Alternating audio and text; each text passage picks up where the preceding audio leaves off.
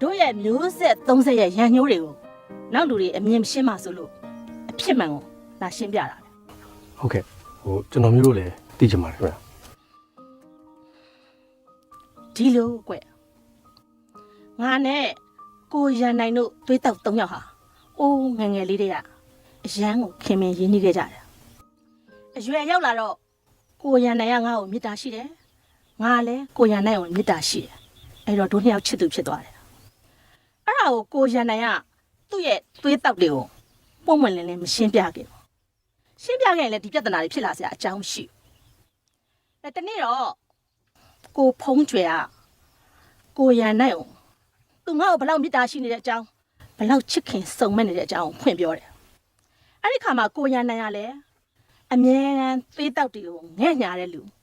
အရေးပေးတဲ့လူဆိုတော့ငါနဲ့သူနဲ့မေတ္တာမျှနေပါတယ်လို့ပုံမှန်လည်းမပြောခဲ့ဘူးငါ့ကိုပဲခေါ်တွေ့ပြီးတော့ကိုဖုံးကျွယ်ရဲ့မေတ္တာကိုလက်ခံမှုတိုက်တွန်းတယ်သူ့ကိုမဲ့ပြဖို့ငါ့ကိုပြောတယ်ငါလည်းမိမတယောက်ရဲ့အချစ်နဲ့သိခါကိုတန်ဖိုးမထားတဲ့သူ့ကိုရွတ်တိုက်ပြီးတော့ကိုဖုံးကျွယ်နဲ့လက်ထပ်လိုက်တယ်အရှိမနှောင်းပါပဲကိုရန်နိုင်နဲ့မင်းအကားတို့ဟာတာမန်အရက်သူတွေနဲ့လက်ထပ်လိုက်ကြတယ်ပြီးတော့ရန်နီအောင်နဲ့ခေဖုံးလေးကိုမွေးတယ်မွေးပြီးရဲ့နောက်ပိုင်းမှာမင်းတရားကြီးပါတော်မူသွားတယ်အဲ့ဒီအချိန်မှာသူတို့3ယောက်ကစီစီလုံးလုံးနဲ့တော်လှန်ရေးတိုက်ပွဲတွေကိုဆင်နွှဲခဲ့ရတယ်အဲ့လိုတော်လှန်ရေးတိုက်ပွဲတွေဆင်နွှဲနေတဲ့တော်တဲ့တောင်ထဲမှာပဲဖုံးသူတွေနဲ့မင်းဆန်တော်ထပ်မွေးတယ်အဲ့ဒီအချိန်မှာအင်္ဂလိပ်တွေဟာသူတို့ဘာကြောင့်ရေးနေရတယ်လဲလို့စုံစမ်းလိုက်တော့ကိုရန်နိုင်တို့သွေးတောက်3ယောက်ရဲ့စီးလုံးညဉ့်ညွတ်မှုကြောင့်ဆိုတာသူတို့သိလာသူလိုပညာကိုကျွမ်းကျင်တဲ့အင်္ဂလိပ်တွေဟာသူတို့ဘာကြောင့်အထိနာရတယ်လဲလို့စုံစမ်းလိုက်တော့ဒီသွေးတောက်3ယောက်ရဲ့စီးလုံးညဉ့်ညွတ်မှုဆိုတာသိတယ်အဲ့ဒီအချိန်မှာဒီစီးလုံးမှုကိုဘယ်လိုဖြိုခွဲရမလဲဆိုပြီးစဉ်းစားတော့ကိုရန်နိုင်ရဲ့ညီရန်ပိုင်ဆိုတဲ့ကောင်သူတို့ကငါတို့ရဲ့တော်လန်ရေးဖွဲ့တယ်တရှို့အဖြစ်သွင်းလိုက်တယ်အဲ့ဒီရန်ပိုင်ဆိုတဲ့ကောင်ကငါနဲ့ကိုရန်နိုင်နဲ့ငယ်တုန်းကချစ်သူဖြစ်ခဲ့ဘူးတဲ့ဆိုတာကိုသိရဲ့အဲ့တော့ငါတို့အဖွဲ့တွေကိုရောက်တဲ့အခါမှာနီးမျိုးစုံနဲ့ငါတို့နှစ်ယောက်ကပဲတစ္ဆာဖောက်နေတယ်လို့ဖောက်ပြန်နေကြတယ်လို့ကိုဖုံးကျွယ်တို့ကရုံးကြိုက်လှုပ်တယ်အစတော့သူလည်းမယုံကြပါဘူးလည်းမခံဒါပေမဲ့ကရုံးကြိုက်လှုပ်တာကြာပါများလာတော့သူတို့လည်းတန်မြားဖြစ်လာတယ်တယောက်နဲ့တယောက်စီးလုံးညင်ညွတ်မှုတွေပြိုကွဲလာတယ်အဲ့ဒီအချိန်မှာတိုက်ပွဲတွေကလည်းအရေးနှိမ့်လာတယ်နောက်ဆုံးတော့ဆုတ်ခွာပြီးပြေးခဲ့ရတဲ့အဖြစ်ကိုရောက်လာ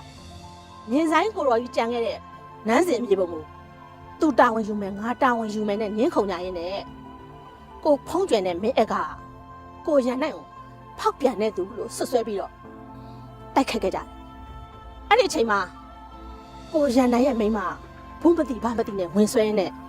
မင်းအကရဲ့ဓာပြားနဲ့ချိအသက်ပါသွားတယ်အဲ့ဒါကိုရန်နိုင်ကဒေါသတွေပောက်ကွဲပြီးတော့မင်းအကကိုလက်လွန်ခဲ့အဲ့ဒီအချိန်ကြာမှာငါလည်းပြန်ရောက်လာအဲ့ဒါကိုဖုံးကျွယ်ကကိုရန်နိုင်နဲ့ငါ့ကိုဖောက်ပြန်တဲ့သူတွေလို့ဆွဆွဲပြီးတော့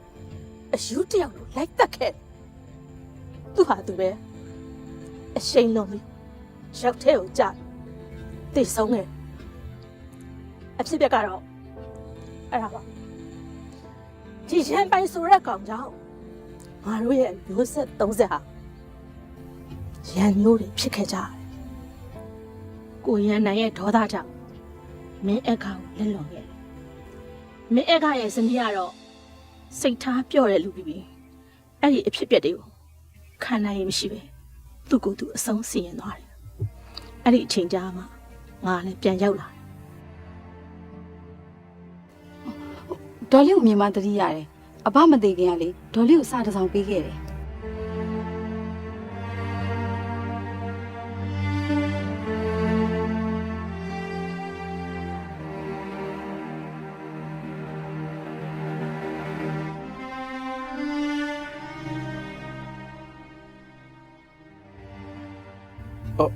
ဒေါ်လေးဘာတွေများရေးထားလို့လောက်တော့ငိုနေရလဲ ရင်းဖေအငယ်တော့ ဒေါ်လေးကိုရေးပေးထားတဲ့ကြပြားလေးပါကွယ်ဘာပဲဖြစ်ဖြစ်သူ့မျိုးဆက်30ကိုခုလိုစိတ်ဝင်နေကွယ်အောင်လုပ်တဲ့အဓိကတရားခံကတော့ရန်ပိုင်ဆိုတဲ့အကောင်ပဲရန်ကြီးအောင်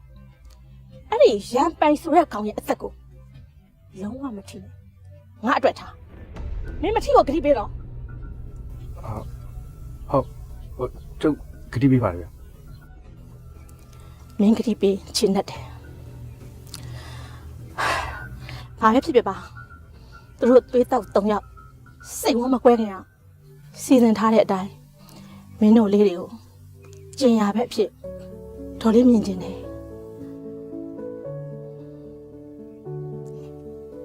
ရန်ကြီးအောင်မင်းဆန္ဒဒေါ်လေးနဲ့လိုက်ခဲ့ကြရန်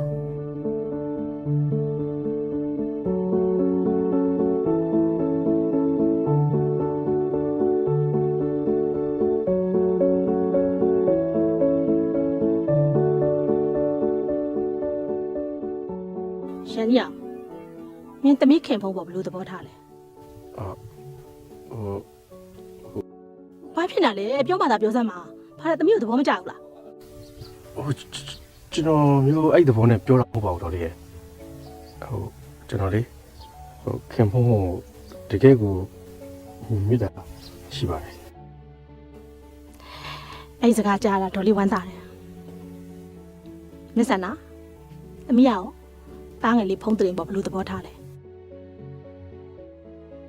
တားငယ်လေးက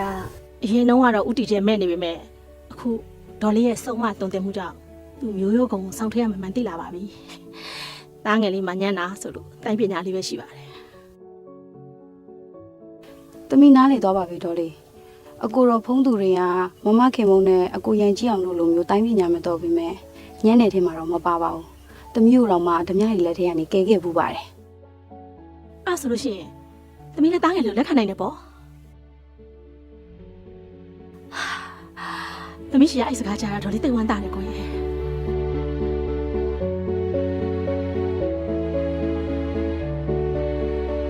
အေးကောင်းကောင်း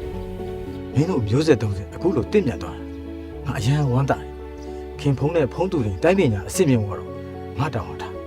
သမီးနန်းကြဖြူအဲ့အတွက်ညီစိတ်အေးရထားပြီ ဆရာကြီးရှိရအဲ့လိုစကားကြားတဲ့အတွက်တားနဲ့သမီးအတွက်စိတ်ချသွားပါပြီသမီးနဲ့တားကိုလည်းဆရာကြီးပဲဆက်ပြီးဆုံးမတုံသေးပေးပါလို့အနံ့ပါတယ်ကျမတို့တွားဝင်ပြပါအောင်ဆရာကြီး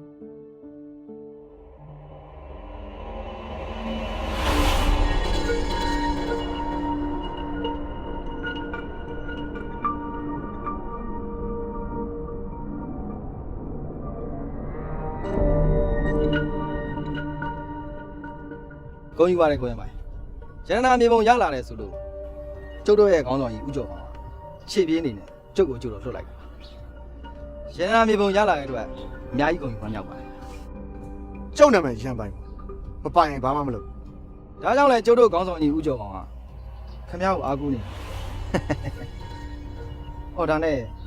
ခင်ဗျားရလာတဲ့မြေပုံလေးကျုပ်ခဏကြည့်လို့ နည်းနည်းကြော